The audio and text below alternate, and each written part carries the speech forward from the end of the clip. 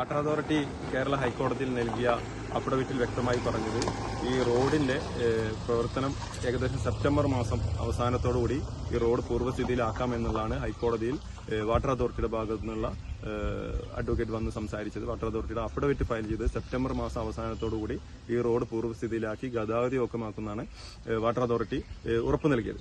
അതിന് ശേഷം ഈ കരാറെടുത്ത ആൾക്ക് എന്താണോ കോടതിയെ സമീപിക്കാൻ പറയാനുള്ളതെന്നുള്ള ഒരു വാദം കേൾക്കുന്നതിന് വേണ്ടി അവസരം കൊടുത്തു നോക്കുമ്പോൾ കരാറുകാരന്റെ അഭിഭാഷകൻ വ്യക്തമായി അഫിഡവിറ്റ് ഫയൽ ചെയ്തത് 4 ദിവസം ഈ റോഡ് മഴയില്ലാതെ കിട്ടിക്കഴിഞ്ഞ് 4 ദിവസം മതി ഈ റോഡ് 4.7 കിലോമീറ്റർ ഭാഗം വരുന്ന ഈ പ്രവർത്തനങ്ങളെല്ലാം പഴയ സ്ഥിതിയിൽ ടാറിംഗ് നടത്തി പൂർവ്വസ്ഥിതിയിലാക്കി കൊടുക്കുന്ന ഒരു രൂപത്തിലേക്ക് മാറ്റാമെന്നുള്ളതാണ് കരാറുകാരൻ കോടതിയിൽ പറഞ്ഞത്. അതിനുശേഷം ആ പറഞ്ഞതിന് ഏകദേശം 1.5 മാസം മുൻപാണ് ആ ഒരു വാദം ഉണ്ടായത്.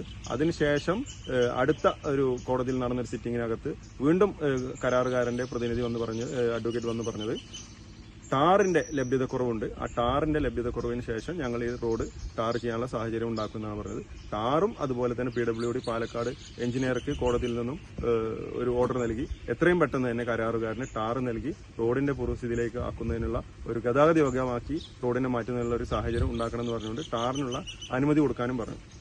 അതിനുശേഷവും കരാറുകാരൻ പ്രവർത്തനത്തിൽ ഏർപ്പെടാത്തതുകൊണ്ട് കോടതി വ്യക്തമായി തന്നെ മനസ്സിലാക്കി ജനങ്ങളുടെ ബുദ്ധിമുട്ട്, ഈ റോഡിലൂടെ യാത്ര ചെയ്യുന്ന എല്ലാവരുടെയും ബുദ്ധിമുട്ട് മനസ്സിലാക്കിക്കൊണ്ടാണ് കോടതി ഈ അവസാനം കഴിഞ്ഞ ദിവസം 23-ാം തീയതി ഈ നാട്ടുകാരുടെയും നമ്മുടെ എല്ലാവരുടെയും ഈ ആശങ്ക പരിഹരിക്കുന്നതിന് വേണ്ടി 2 ആഴ്ചക്കകം ഈ റോഡ് ടാർ ചെയ്തുകൊണ്ട് പൂർവ്വസ്ഥിതിയിലാക്കുന്ന ഒരു രൂപത്തിലേക്ക് കരാറുകാരനും അതേപോലെ വാട്ടർ അതോറിറ്റിക്കും PWDക്കും ശക്തമായ ഒരു ഓർഡർ നൽകിക്കൊണ്ടാണ് കേരള ഹൈക്കോടതി ഈ സാഹചര്യത്തെ നമുക്ക് വേണ്ടി നേരിട്ടത്.